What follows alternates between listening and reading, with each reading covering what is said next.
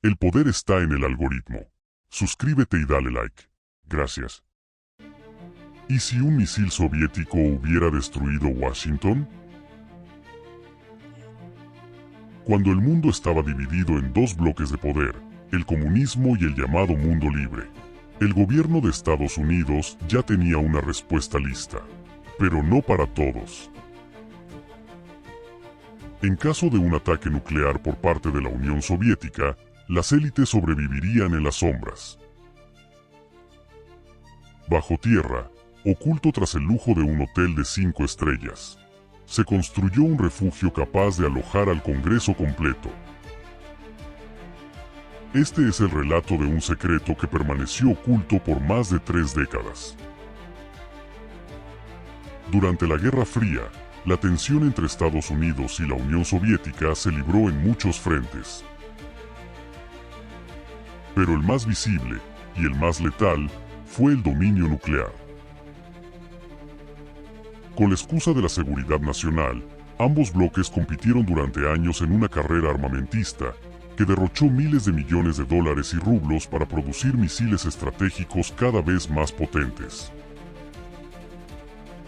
Estados Unidos implantó políticas radicales para frenar el comunismo, represión, persecución, espionaje y encarcelamiento.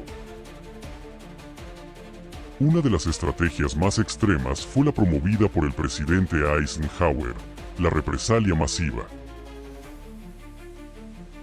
Cualquier ataque, sin importar la escala, sería respondido con una ofensiva nuclear total. En ese clima, proteger la cadena de mando civil, que no a la población, se volvió una prioridad estratégica. En octubre de 1962, la Guerra Fría alcanzó su punto más álgido, la crisis de los misiles en Cuba. Fotografías de un avión espía estadounidense revelaron que la Unión Soviética había instalado misiles nucleares en la isla, apenas a 150 kilómetros de la costa de Florida. La reacción fue inmediata. El secretario de Defensa, Robert McNamara, propuso bombardear las bases y luego invadir la isla. Como medida inicial, se impuso un bloqueo naval. El 22 de octubre, Kennedy se dirigió a la nación por televisión. Exigió la retirada inmediata de los misiles y advirtió que cualquier ataque sería respondido con una represalia devastadora. El 24 de octubre comenzó el bloqueo. La tensión crecía. En la ONU, Estados Unidos mostró al mundo las fotografías de los misiles y acusó públicamente a la Unión Soviética de mentir. Se confirmó que algunos misiles ya estaban operativos. Kennedy estuvo a punto de autorizar el ataque. El mundo vivió 13 días de suspenso y terror.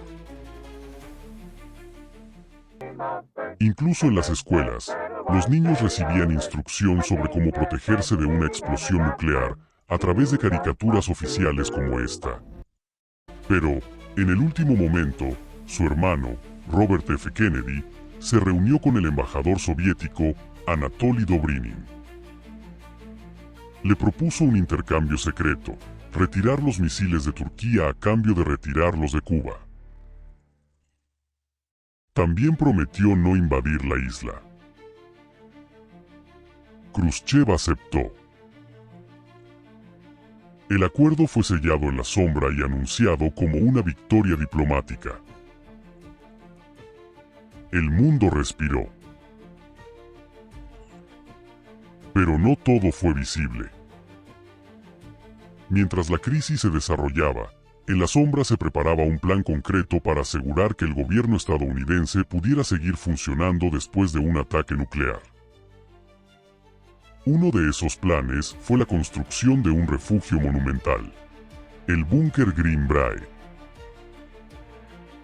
En 1958, el gobierno federal firmó en secreto un acuerdo con el lujoso Hotel Green Brae, ubicado en White Sulphur Springs, Virginia Occidental. A simple vista, era un resort de élite. Bajo tierra, una obra monumental comenzaba a tomar forma. El proyecto fue bautizado con el nombre en clave Project Greek Island.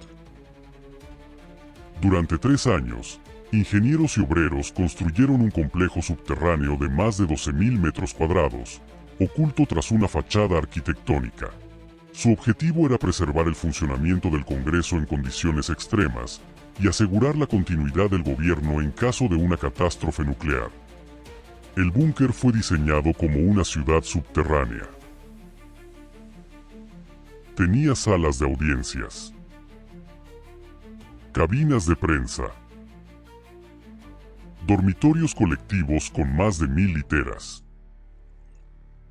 un hospital con quirófanos,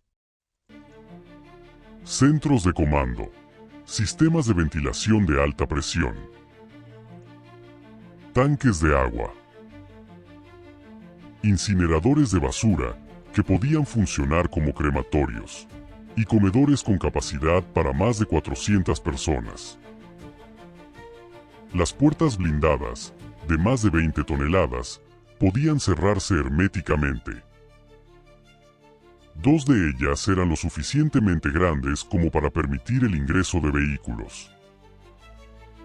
Las paredes, de más de medio metro de espesor, garantizaban la protección frente a un ataque nuclear directo. El centro de transmisión contaba con fondos cambiantes según la temporada para que pareciera que los miembros del Congreso transmitían desde Washington, D.C. Para estas transmisiones, se instaló una torre de radio de 30 metros. Aunque el Congreso era el supuesto beneficiario de este complejo, casi ningún legislador conocía su existencia, y nunca se utilizó, ni siquiera durante la crisis de los misiles. El búnker se mantuvo abastecido durante 30 años, y los alimentos se renovaban periódicamente. Todo estaba listo para el día en que el desastre golpeara.